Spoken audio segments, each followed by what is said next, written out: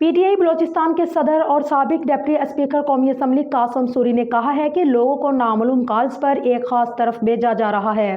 Qasim Suri FIA के notice को challenge करने इस्लामाबाद हाई कोर्ट पहुंच गए। अदालत के बाहर मीडिया से गुफ्तगू करते हुए उन्होंने कहा कि खान साहब ने भी कहा कि लोगों को पीपल्स पार्टी की तरफ भेजा जा रहा है। रजीम चेंज के बाद जिस तरह केसेस बनाए गए पहले कभी नहीं बनाए गए।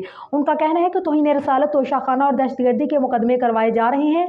इस जुल्म को ख़त्म करना चाहिए। हर सतह पर अदालत में जाएं, कोई भी केस हो FIA दबाने की कोशिश कर रही है। कासम सूरी का कहना है कि 10 अप्रैल को पहली मरतबा किसी जाती हुई हुकूमत के लिए अवाम सड़कों पर निकले हैं। पंजाब असम्बली की तहलील का कहा वो कर दी और इससे कबल ज़िमनी इंतखाबात में PTI जीती। उन्होंने इल्ज़ाम आयद किया कि कराची के बल्दियाती इंतखाबात में धांधली हुई, ठप्पे लगाते हुए बैलेट पेपर्स पकड़े गए। ये इलेक्शन कमीशन की नाअहली है। PTI कराची समेत मुल्क भर में मकबूल तरीन जमात है।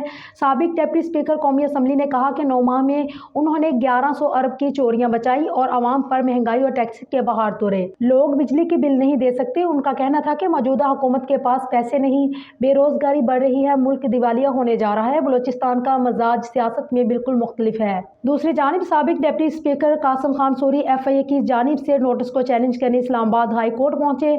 उन्होंने नईम हैदर एडवोकेट के जरिए इस्लामाबाद हाई कोर्ट में दरख्वास्त दायर कर दी और बायोमेट्रिक तस्दीक भी करवाई।